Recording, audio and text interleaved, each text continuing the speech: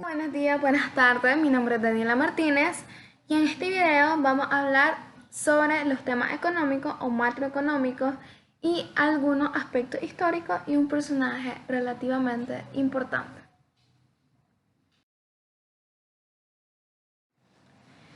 ¿Qué es la macroeconomía?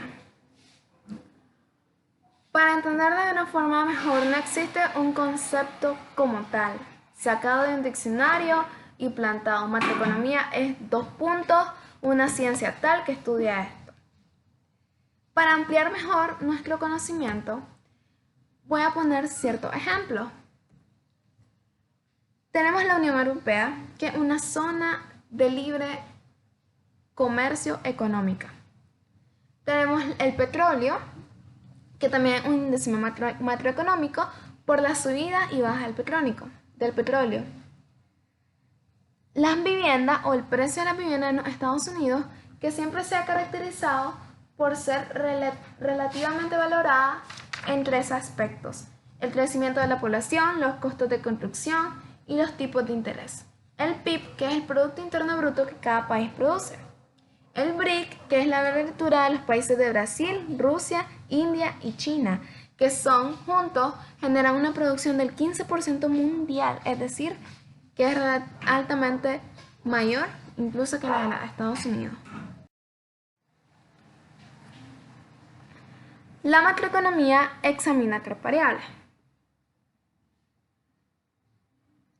la producción, que es el nivel de producción y cuánto va creciendo; la tasa de desempleo, que es la cantidad de personas que están desocupadas y están en edad de generar ingresos y andan buscando trabajo;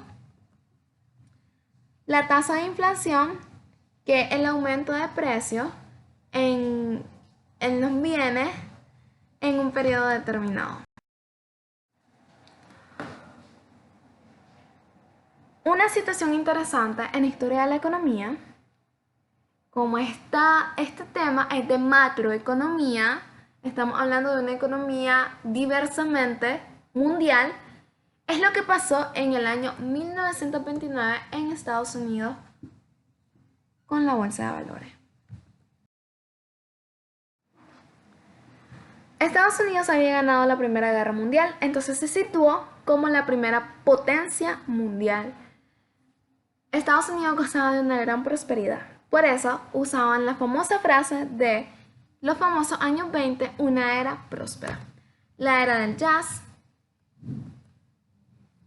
y una época en que la mayoría de los estadounidenses tenían uno o dos carros por familia cuando antes ni siquiera podían obtener un refrigerador.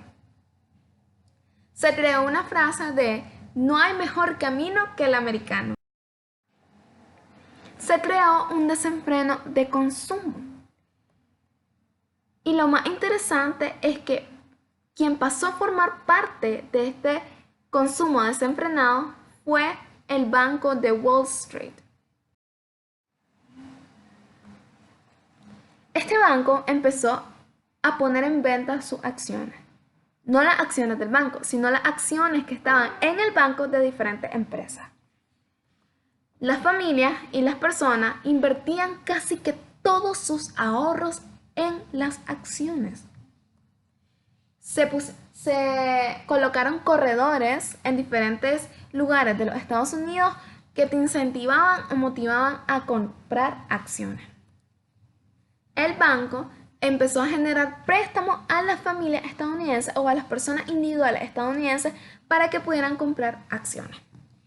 En sí, la lógica de esto es que vos compras una acción y al día siguiente la vendés a un precio mayor del que la compraste. Por ende, salías ganando y te volvías rico en un abrir y cerrar de ojos. El lema era compra hoy para vender mañana. No obstante, la bolsa empezó a crecer y aumentar desenfrenadamente hasta que hubo un punto en que esta bolsa quebró y se generó un jueves negro. Ya no existía más compradores de acciones. Las personas que habían comprado acciones con el pensamiento de venderla a un precio mayor, no podían venderla en lo acordado, ya que ya no había más dinero para comprar acciones. Por ende, este crack de 1929 trajo ciertas afectaciones. Los bancos cerraron porque las personas no podían pagar las diferentes prestaciones que habían hecho hacia esos bancos. Las empresas despidieron trabajadores porque no tenían dinero para pagar sus planillas y las familias no pudieron pagar nada. Y en este grado, la gente en general dejó de consumir. La crisis no solo se quedó en Estados Unidos, sino que también se expandió de Estados Unidos hacia Europa. Debido a que Estados Unidos había ganado la Primera Guerra Mundial y se consideraba una potencia mundial, Estados Unidos estaba financiando con dinero americano la reconstrucción de Alemania. Por ende, el presidente electo de ese momento, una solución para la crisis o para al menos amortizarla fue cortar los préstamos que se le hacía a Alemania. Herbert Hoover, con su lema "La prosperidad está a la vuelta de la esquina", iba perdiendo mucha credibilidad ante el gran desastre económico que se estaba produciendo en todo Estados Unidos. Franklin Roosevelt, con su esposa Eleanor Roosevelt, que era muy cercana a los pobres, todos los estadounidenses empezaron a ver a Franklin como una oportunidad de saldar el desastre económico que estaba pasando en Estados Unidos. Por tanto, fue electo como presidente en 1931, cuando la depresión del crack del 29 todavía seguía ocasionando estragos. Franklin Roosevelt, en vez de crear un lema de "la prosperidad está a la vuelta de la esquina", creó el New Deal o la nueva. ¿Qué beneficios trajo esta nueva política? Bienestar social, pensiones, salario mínimo y subsidios de desempleo. El gobierno o el Estado empezó a involucrarse más para reactivar la economía, generando ingresos a aquellas familias que habían quedado desempleadas. Inclusive, el gobierno, solo para darle una chispa a la economía, mandaba a las personas a crear hoyos que después ellas mismas tenían que volver a rellenar para pagarle un salario y para así que estas personas, teniendo dinero, puedan volver a consumir. Sin embargo, esto no dio fruto, porque fue algo muy momentáneo y no fue sostenible. Entonces, ¿cuál fue el fin de la Gran Depresión que originó el crack de 1929? Hitler era la esperanza para todos los alemanes, ya que Alemania, al igual que Estados Unidos, estaba sufriendo los mismos estragos. Los alemanes se refugiaron en los brazos de Hitler. Entonces, el fin de esta depresión fue la Segunda Guerra Mundial, porque generó ingresos y empleos a casi más del 80% de los estadounidenses que habían quedado totalmente en quiebra y desempleados. John Maynard Keynes, quien vivió la Gran Depresión y el crack de 1929, creador del libro Teoría General de la Ocupación de Interés y el Dinero, nos plantea diferentes teorías para expandirnos y abrirnos la mente. Primero que nada, Keynes piensa que el desempleo puede ser permanente, porque la demanda efectiva simplemente es insuficiente. Es decir, que siempre se tiene que haber dinero para poder consumir. Y si el dinero es insuficiente, si lo que te pagan es insuficiente, simplemente no vas a poder subsistir ni sobrevivir. Sin embargo, los marginalistas opinaban que si el salario era menor, las empresas estarían dispuestas a contratar más empleados y por ende abolirían el desempleo. Pero para Keynes era todo lo contrario. Si el salario era menor, simplemente iba a ser insuficiente para subsistir en la sociedad. También se genera la teoría de la oferta crea la demanda. Para los marginalistas, la oferta sí crea la demanda, pero para Keynes, la demanda es quien crea la oferta, puesto que la oferta no siempre encuentra un comprador y la oferta en sí sola es insuficiente para todos los productos que hay en el mercado. Es decir, nunca hay suficiente demanda para la cantidad exagerada de productos que se ofrece en el mercado. Por ende, lo correcto es que la demanda genere la oferta.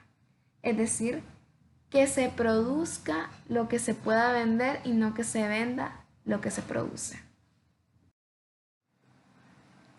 También Keynes crea la teoría de la propensión a consumir, que más que nada quiere decir que en cuanto más dinero tengan las familias, más alto será su consumo.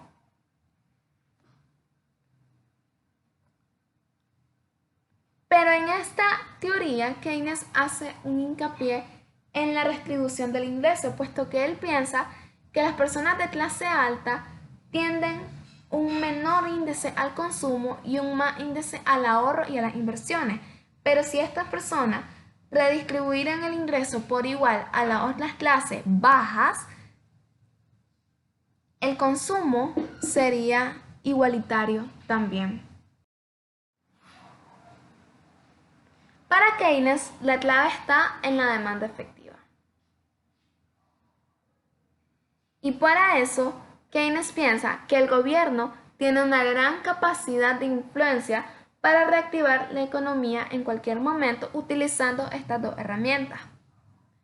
La política fiscal, que básicamente es darle empleo a esas personas que antes perdieron su trabajo o estaban en quiebra y que por ende están desempleadas, elaborando construcciones, carreteras, hospitales, escuelas, para que esas personas generen un ingreso y teniendo ese ingreso puedan consumir. Es decir, estas personas tienen este ingreso y por ende pueden consumir y están reactivando la economía. Las empresas producen, las empresas contratan personal porque existe una demanda y aquí está la oferta. La otra herramienta es la política monetaria, que básicamente es la controlación de las tasas de interés entre los bancos. Esto nos refleja que Keynes piensa que la tasa de interés debe ser baja para que las personas no reserven su dinero en los bancos, sino que se sientan motivados a invertirlo, ya que a ellos no les resultará ni factible ni rentable tener su dinero especulativo en un largo plazo en una cuenta bancaria, porque el interés es demasiado bajo, entonces mejor prefieren sacarlo para invertirlo en sus negocios o producciones. Y de esta forma también se origina una oferta y se origina un consumo. Muchas gracias por acompañarme en este recorrido histórico y económico. Los esperamos en un próximo video, si es que así Dios lo permite. Muchos saludos y buenas tardes y buenas noches.